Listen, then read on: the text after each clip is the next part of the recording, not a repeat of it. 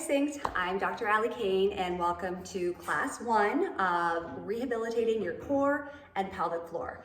If you didn't already watch the intro video, it is really important that you go back and do that first. I walk you through the breath work and proper ways to activate your deep core and your pelvic floor. That is the bread and butter upon which everything we do together is layered upon. If we don't have that, we're really just building strength on top of improper compensatory patterns or restrictions. So go back and watch that first. If you've already been practicing the breath work and you're working on activating your core and pelvic floor, amazing. We're gonna do lots of practice together today.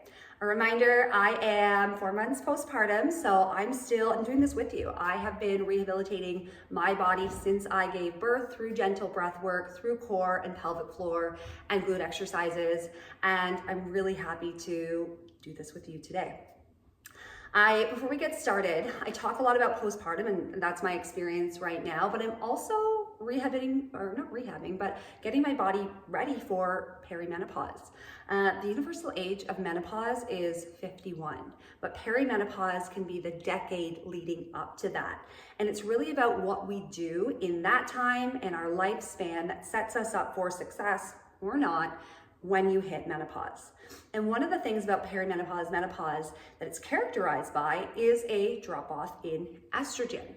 One of the things about our body is that our tendons have estrogen receptors. So as estrogen drops off, the receptors no longer have as much estrogen, and really it helped to make them strong. It's why in my clinic, I see so many women in that age group that come in with shoulder tendinopathy, glute tendinopathy, and pelvic organ prolapse, because your pelvic organs are supported by your pelvic floor, which have tendons that attach to areas in your body. So if that sounds like you, if you're starting to suffer from a new pelvic problem, that is pain with sex, heaviness, or dragging within this area, incontinence, all of these exercises, you're likely going to see an improvement, if not a resolution. All of our classes start with breath work. So come on down onto your back. We don't need any equipment for today, just you. Bring your hands onto your hips, and let's start with some pelvic tilts. So send the pubic bone down and away, create a gap through the low back, and then scoop that pubic bone up, hollowing out through the lower belly and gently imprinting the spine onto the mat. It's not a bearing down. I don't want you to force it. All of our anatomy is unique, but I want you to be able to stack your pelvis underneath your ribs. All right, on this next one, hold here. So pubic bone is up, low back is gently imprinted, left hand to chest, right hand to belly. Legs can be bent or flat, whatever's comfortable for you. Let's start with a deep inhalation, letting the belly rise, ribs expand, and of course, sending that breath down to the pelvic floor, thinking about a flower blooming to get that lengthening that needs to happen as we increase intra-abdominal pressure. Breath in, belly rises, ribs expand. Exhale out. We've got 3 more just like that. Remembering that as you breathe in, your diaphragm presses down on top of your pelvic organs, and your pelvic floor needs to lengthen to accommodate that increase in intra-abdominal pressure. If your pelvic floor can't do that, or if there's a defect anywhere else on your body, and I don't mean you're defective, I just mean an area that's not working properly, then that pressure has to go somewhere else. And oftentimes it's the inability to manage pressure, like when you cough or sneeze or jump or take a deep breath in, that can contribute to a lot of those common but not normal pelvic health concerns that we have. All right, let's add the inner core unit engagement on the exhale. Take your time, bring your brain into your pelvic floor. Breath in.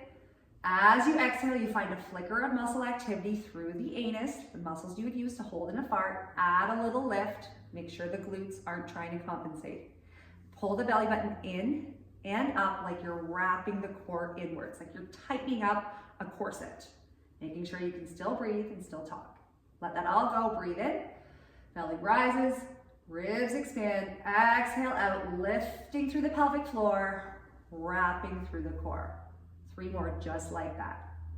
Belly breath in, belly rises, ribs expand, flower blooms. Exhale, find the muscles you would use to hold in a fart, and then add a little lift up and in. Belly button comes in and up. Final rep here.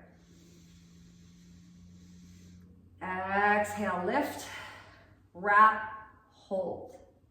Moving into our very first exercise here, the hands are going to come up towards the ceiling and legs come into a tabletop position. In this tabletop position, I want your knees wider than your hips. So they're not at like a perfect 90-degree angle, they're slightly out. So your knees are wider than your hip. Holding here, we move our arms and legs just to challenge the core. 3 more breaths holding this position. Don't be surprised. As you exhale, lift and wrap, if you start to get a little bit of a shake. For so many of us, if we haven't spent the time to properly train our deep core, this can be brand new, and you might be so strong lifting all the weights. I see all the videos that Jen posts. You guys are doing amazing things inside Synced, and you might be super strong, but if this muscle hasn't been challenged in this way before, it's gonna let you know. 1 more breath in. Exhale, lift and wrap. Hold that there. Arms stay straight. Your left leg drops down just as far as you can maintain that gentle imprint of your low back and connection to the core. I can feel like if I drop my leg any lower, I lose the tension. I'm not doing anything here. So we want to honor where you're at and what your body is telling you. Breath in, exhale, lift, wrap, drop the other leg down. Nice and slow. We don't want to rush this. We want to feel what our body is telling us. Breathing in. Exhale, lift, wrap, drop the other leg. So good. Bring that back up with control. Breath. Lift and wrap. Hold that core tension. Even taking your hand and feeling what your belly does as you drop that leg down. Do you feel any loss of tension? Do you feel any doming or coning indicative of diastasis recti? Move within the range that works for you. We've got 3 more. I will say, I played basketball and ran cross country when I went to university. I was a dual sport varsity athlete, and I loved exercising. I loved training. But now after 3 kids, implementing this specific core type work, hug your knees into your chest, just give yourself a little rock. I found that my core was stronger and actually more defined than it had ever been when I was a high level athlete. It's really cool. I reject all of those notions that once you get older or once you have kids that it's all out the window. No, no, no. Our body adapts to what we do. I'm so glad that you're here learning this important stuff. Come onto your hands and knees. So once again, same idea, working on the breath, working on the inner core unit, just challenging it in a different position. I have a lot of my patients tell me they find this to be easier than the dead bugs, so let me know what you find. From here, pull your pubic bone forward. Think about dropping the belly down, lifting through the pelvic floor, belly button comes in and up. We want to maintain that neutral spine. Spin the pits of your elbow forward. Good. Breathing here for 3. Belly drops, ribs expand, flower blooms. Exhale, lift and wrap. Hopefully you can really see the difference. Breath in, exhale, lift and wrap. Hold that tension, firm into the palm of your hand. Bring your awareness to your right knee to hover 1 inch up. Making sure that you don't shift or drop to one side. From here, you're gonna lift that leg straight back. Keep a bend in the knee. Bring that back into touch. Breath, lift, wrap, other side lifts gently, bringing it back. A reminder here, you're gonna hear it thousands of times as we work together, that the rep is the breath and the inner core unit engagement. We're just challenging your stability and ability to hold that connection with the movement of the legs. We've got 2 more here. Breath at the beginning of every rep. Lift, wrap, narrowing at the waist, lifting that leg up, bringing it back in. Final rep. Breath in, exhale, lift, wrap, extending that other leg. So good, you guys. Okay, last exercise for our class today, quality over quantity. Let's do it. Coming onto your side, elbow under shoulder, looking down at your body, ankles, hips, shoulders are all stacked. If you're like this, let's scoop that lower side up. Breathing in, exhale, wrap, add the lift, press down into the bottom knee and your elbow, and you're gonna shift your hip up, back down.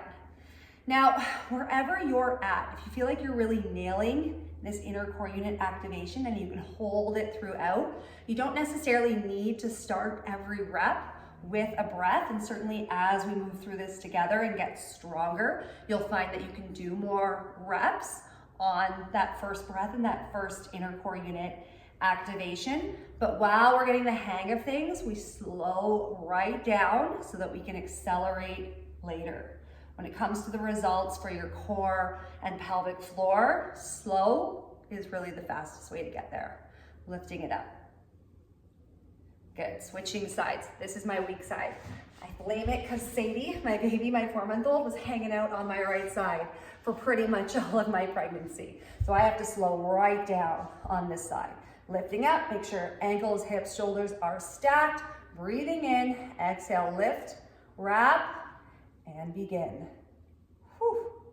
A shake on that first rep. Breath in between each and every rep. Making sure that you take the time to truly lift the pelvic floor and cinching that lower ab or lower abdominals in and up. Last 4. 3. 2. And 1. Amazing job. Moving over into a child's pose. Knees come wide. Send the hips back. Arms come forward. Holding here. Holding your child's pose, connecting once again to your breath. If throughout these first 2 classes you've self-identified, or maybe you've been told by a professional that your pelvic floor is hypertonic or too tight, meaning you're not getting that proper lengthening on the inhalation, this child's pose is an amazing position for you to work on the breath. Send the breath right down to the perineum and think about lengthening on that inhalation. It's not just about Kegels, guys. In fact, a hypertonic pelvic floor is the most common pelvic floor dysfunction. So if you are doing Kegels to try to heal your prolapse, your incontinence, whatever it might be, and you're not getting where you want to be, it's likely that you're adding fuel to the fire. You're trying to over strengthen a muscle that's already too tight. Awesome job, and I will see you at our next class.